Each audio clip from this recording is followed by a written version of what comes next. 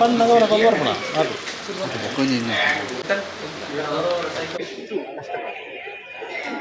ಅಂದರೆ ತುಂಬಾ ಕಷ್ಟ ಆಯಿತು. ತುಂಬ ನೆಗೆಟಿವ್ ಕಮೆಂಟ್ಸ್ ಬರೋಕ್ಕೆ ಸ್ಟಾರ್ಟ್ ಆಯಿತು.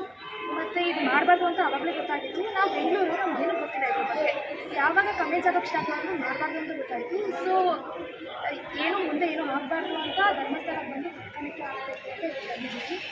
ನಾವು ಈ ಮೇಲಿಂದ ಯಾವ ತಪ್ಪು ಈ ಥರ ಆಗಬಾರ್ದು ಅಂತ ಅಂದ್ಕೊಂಡಿದ್ದೀವಿ. ಆಗೋಕ್ಕೂ ನಾನು ಬಿಡಲ್ಲ. ತಪ್ಪಾಗೋಯ್ತು. ಎಲ್ಲರಿಗೂ ಪ್ಲೀಸ್ ಸಾರಿ. ಮೇ ಬಿ ನಾನು ಯಕ್ಷಗಾನ ಇದು ಎಲ್ಲ ಒಂದೇ ಅಂತ ಅಂದ್ಕೊಂಡಿದ್ದೆ, ಬೇರೆ ಬೇರೆ ಅಂತ ಗೊತ್ತಾಯಿತು. ಸೊ ಇನ್ನೇನಿಂದ ತಪ್ಪು ಮಾಡಲ್ಲ. ನಿಮ್ಗೆಲ್ಲರಿಗೂ ನೋವಾಗಿದ್ದರೆ ದಯವಿಟ್ಟು ನನ್ನ ಕ್ಷಮಿಸಿ ಅಷ್ಟೇ ಅಂತ. ಧರ್ಮಸ್ಥಳಕ್ಕೆ ಬಂದಿದೆ ದೈವಗಳ ಬಗ್ಗೆ ಈಗ ನೀವು ಸ್ವಲ್ಪ ಮಟ್ಟಿಗೆ ತಿಳ್ಕೊಂಡಿರ್ತೀರಿ. ಹೌದು, ಅಂದರೆ ಒಡ್ಡೀರು ಹಾಕ್ಬಾರ್ದು ಅಂತ ಗೊತ್ತಾಯಿತು. ಮತ್ತು ಯಾರು ಅದಕ್ಕೆ ತುಂಬಾ ರೂಲ್ಸ್ ಎಲ್ಲ ಇದೆ ಅಂತ ಗೊತ್ತಾಯಿತು. ಸೊ ಅದೆಲ್ಲ ನನಗೆ ಅಂದರೆ ಈಗ ಎಲ್ಲ ಆದಮೇಲೆ ಗೊತ್ತಾಗಿದೆ ಇದೆಲ್ಲ ಮಾಡಲೇಬಾರ್ದು, ತಪ್ಪು ಮಾಡ್ಬಿಡ್ತೀನಿ. ಸೊ ಅದಕ್ಕೆ ಇದಕ್ಕೆ ಬಂದಿದ್ದೀನಿ.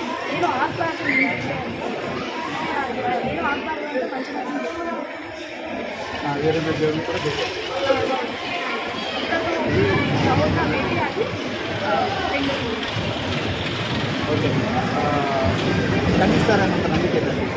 ಮತ್ತು ನೀವು ಈಗ ತಪ್ಪಾಗಿದ್ದನ್ನು ಅನ್ಕೊಂಡಿಗೆ ತಪ್ಪಾಗಿದೆ ಹಾಕುತ್ತೆ ಬಂದಾಗ ಈಗ ನಮ್ಮೂರಿನ ದೈವಗಳ ಬಗ್ಗೆ ನಂಬಿಕೆಗಳು ನಿಮ್ಮ ನಾನು ಇದೆಲ್ಲ ಆದಮೇಲೆ ನಾನು ಕೋಲಾರ ಹೋಗಿ ಅದು ಹೆಂಗಾಗುತ್ತೆ ಅಂತ ನೋಡಬೇಕು ಅಂತ ತುಂಬಾ ಆಸೆ ಇದೆ. ಯಾರಾದರೂ ಗೊತ್ತಿರೋರು ಕರೆದ್ರೆ ಪಕ್ಕ ಹೋಗಿ ಅದು ಹೆಂಗಾಗುತ್ತೆ ಏನೋ ಅದೆಲ್ಲ ವಿಚಾರಿಸ್ಕೊಂಡು ಅವರು ತಪ್ಪು ಕಾಣಿಕೆಯನ್ನು ಹಾಕ್ತಾ ಇದ್ದೇವೆ ಅನ್ನುವಂಥದ್ದನ್ನು ಹೇಳ್ತಾ ಇದ್ದಾರೆ. ಜೊತೆಗೆ ತಪ್ಪು ಕಾಣಿಕೆ ಹಾಕಿ ದೇವರಲ್ಲಿ ನಾನೊಂದು ಕ್ಷಮೆಯನ್ನು ಯಾಚಿಸ್ತೇನೆ, ನಿಮ್ಮ ನಂಬಿಕೆಗಳಿಗೆ ಧಕ್ಕೆ ತಂದಿದ್ದಕ್ಕಾಗಿ